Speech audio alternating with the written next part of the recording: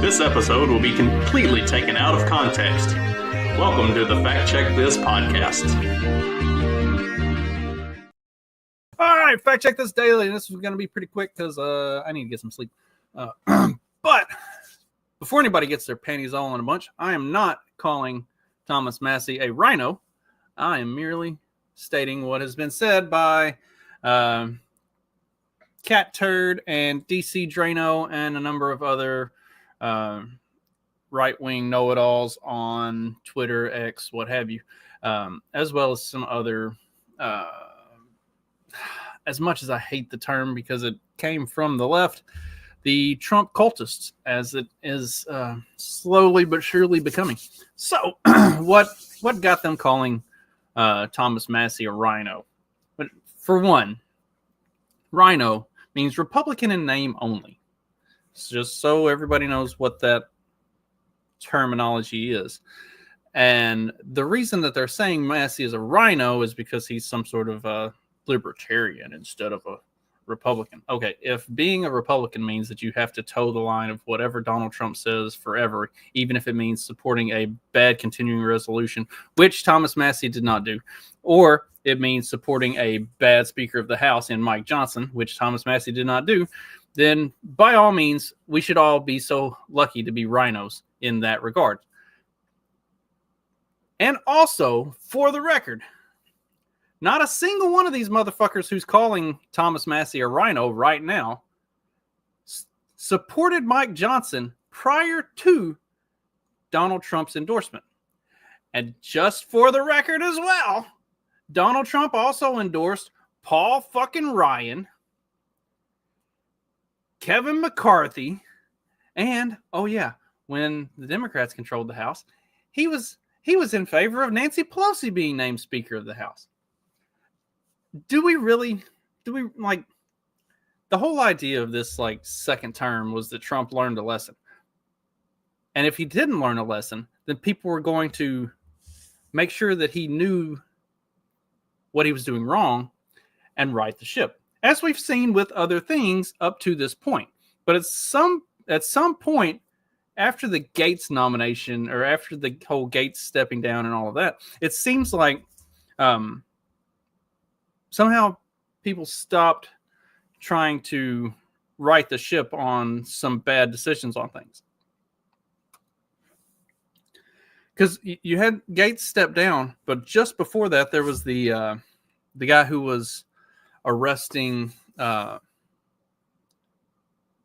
pastors for holding church services during COVID. I can't remember the dude's name or what the position was, but anyway, that came up. Everybody pushed back against that. Trump withdrew the nomination, or the guy withdrew himself from the nomination. I can't remember exactly how that all played out. Anyway, that guy disappeared. Then we had the whole Gates fiasco, and suddenly nobody can criticize Trump for anything anymore. You can't look at these things objectively and say, yeah, that's not a good idea. Maybe we should, do something different. Mike Johnson specifically is one of those. And here for you, for the ones who are calling Thomas Massie a RINO. So according to the Heritage Foundation and their scorecard on conservative voting, Mike Johnson, prior to being named the Speaker of the House, had a 84% conservative voting record in 2017 and 18. He had a 91% conservative voting record in 2019 and 2020, a 96% conservative voting record in 2021 and 2022. And then he gets named Speaker of the House, and he falls off the fucking map. He drops to a 55%. Also, for the record, Thomas Massie has never had less than a 70% conservative rating by Heritage. And also, when you look at some of the things that Heritage, what Heritage considers conservative, how they look at all of this, there are some things that I don't agree with Heritage on, with their position on it either. So, it's objective. It's however you want to look at it. But objectively speaking, Thomas Massie has a much better conservative voting record than Mike Johnson, especially in this last session, but for their entire political careers as well. So who's the RINO here? Also, let's take a look at some of the things that Mike Johnson voted in favor of, or here just in his time as Speaker. He voted yes for the carbon sequestration, which is closely connected to the UN's 2030 Agenda for Sustainable Development. He voted yes for Ukraine aid multiple times. He voted yes for FISA reauthorization. He voted yes for Consolidated Appropriations HR 2882, which funds further entanglement in Russia and Ukraine, and also in Israel and Hamas conflicts, without a congressional declaration of war, and increases our national debt. He voted yes for FAA reauthorization.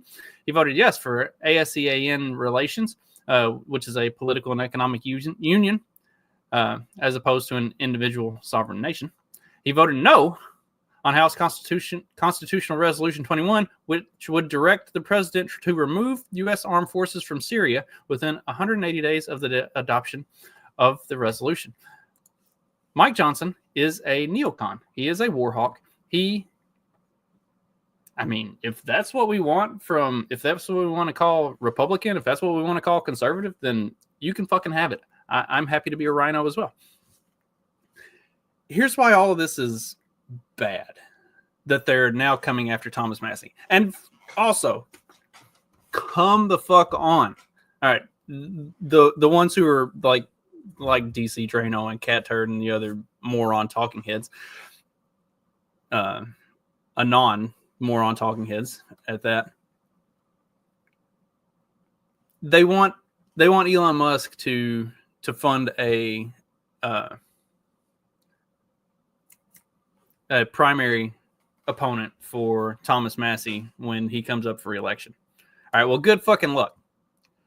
AIPAC just tried that, dumped millions upon millions upon millions of dollars into trying to unseat Thomas Massie, and got their ass absolutely handed to them. Not even fucking close.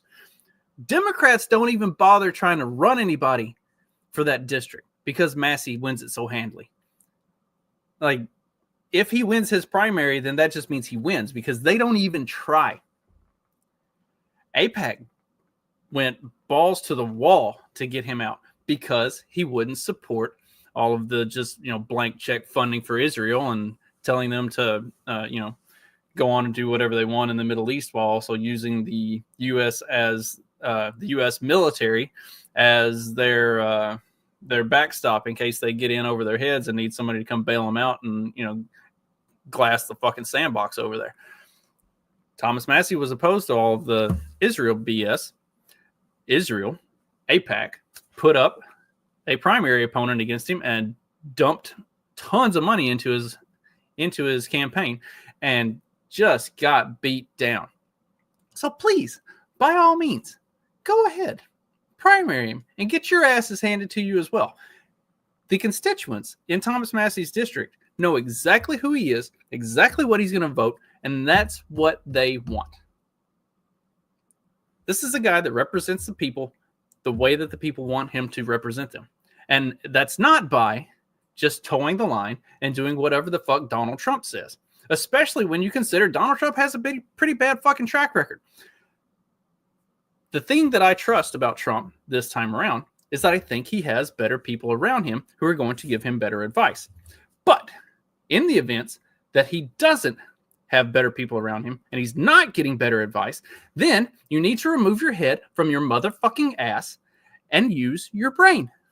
And in this case, Mike Johnson is not a good House Speaker. Who's better? I don't know. Thomas Massie is probably the best candidate, but he's, number one, too humble to say that, and also too humble to accept that. He doesn't want anything to do with that. With Gates now being gone, I'm not really sure who the next best would be. And the problem right now is because everybody in Washington understands the concept of the mandate with Trump and what he wants to do, nobody's willing to buck that because it's too close to Inauguration Day. It's too things are too. People are trying to align themselves in positions to have their voices heard, and so nobody's going to be willing to buck that and say, hey, maybe this is not a good idea. And then we're back to the emperor has no clothes. Give me 500 Thomas Massies all day, every fucking day. Somebody who's going to actually look at it objectively and say, okay, this is not a good idea. And I don't know who the guy that he voted for was. And as far as I'm concerned, it was a throwaway vote because he knew he was voting for literally anybody other than Mike Johnson. Like, he should have written in Harambe.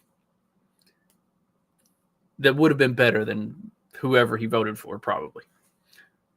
But like, Mike Johnson is not the guy. And everybody knew Mike Johnson wasn't the guy a month ago.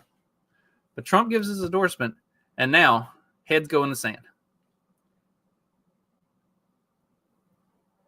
If that's what it means to be a Republican and to be a conservative right now, call me a RINO too. Because I don't want anything to do with supporting a bad candidate for Speaker of the House, supporting a bad continuing resolution, supporting other bad decisions just because Trump says so.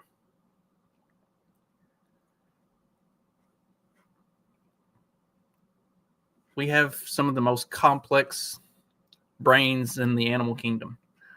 Fucking use yours. Don't be a sheep. This is like the people who get mad and say, oh, well, when it's time to get the vote, the Democrats will all just, they'll rally around and vote for what they're told to. Because they're fucking useless NPC sheeple. Is that what we want from our representatives? Fuck no. Fuck no. I want my representative to have a brain and to objectively look at, is this guy any good? And say, no, he's not. All of these things we just listed, all of these things that Mike Johnson has caved on, 55% conservative voting record over the last 2 years. No, he is not good. And we should demand better. And even if he ends up being the speaker at the end of the day, do the Kevin McCarthy thing. Oppose him and oppose him and oppose him and make it go back to a second and a third and a fourth vote and make him make concessions and say, I'm not going to be a fucking neocon who sends more money to Ukraine. I'm not going to give a blank check and sign over our military to Israel's beck and call. I'm not going to support a bunch of progressive dumb bullshit. I'm not going to support deepening our debt and allowing the state to operate as it wishes. Get some assurances. And then everybody knows where he is. Everybody knows that he's on the right page with all of this stuff. That with everything that the Trump agenda should be looking to do going forward. And then if he doesn't do it, if he does like McCarthy and makes all the concessions and says that he's going to do these things and then reneges on it and doesn't do it, then you recall his ass and then also you've got time between now and then to find a better candidate. At least get fucking something out of it. Don't just bend the knee, bow down and say, oh yeah, Daddy Trump said it's Mike Johnson, so it's Mike Johnson. We're just going to take it in the ass. Cowardice. It's fucking cowardice. At least get something out of it.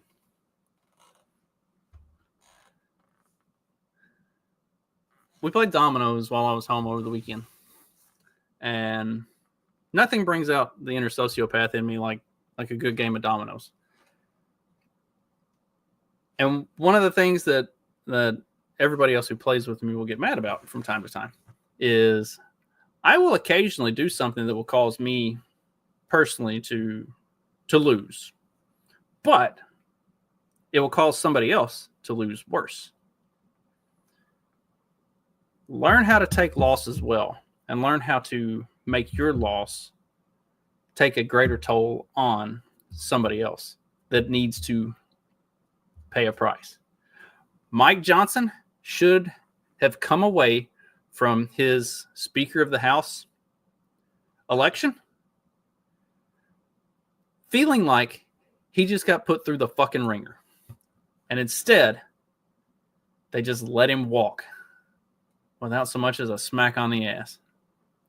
Fucking cowardice.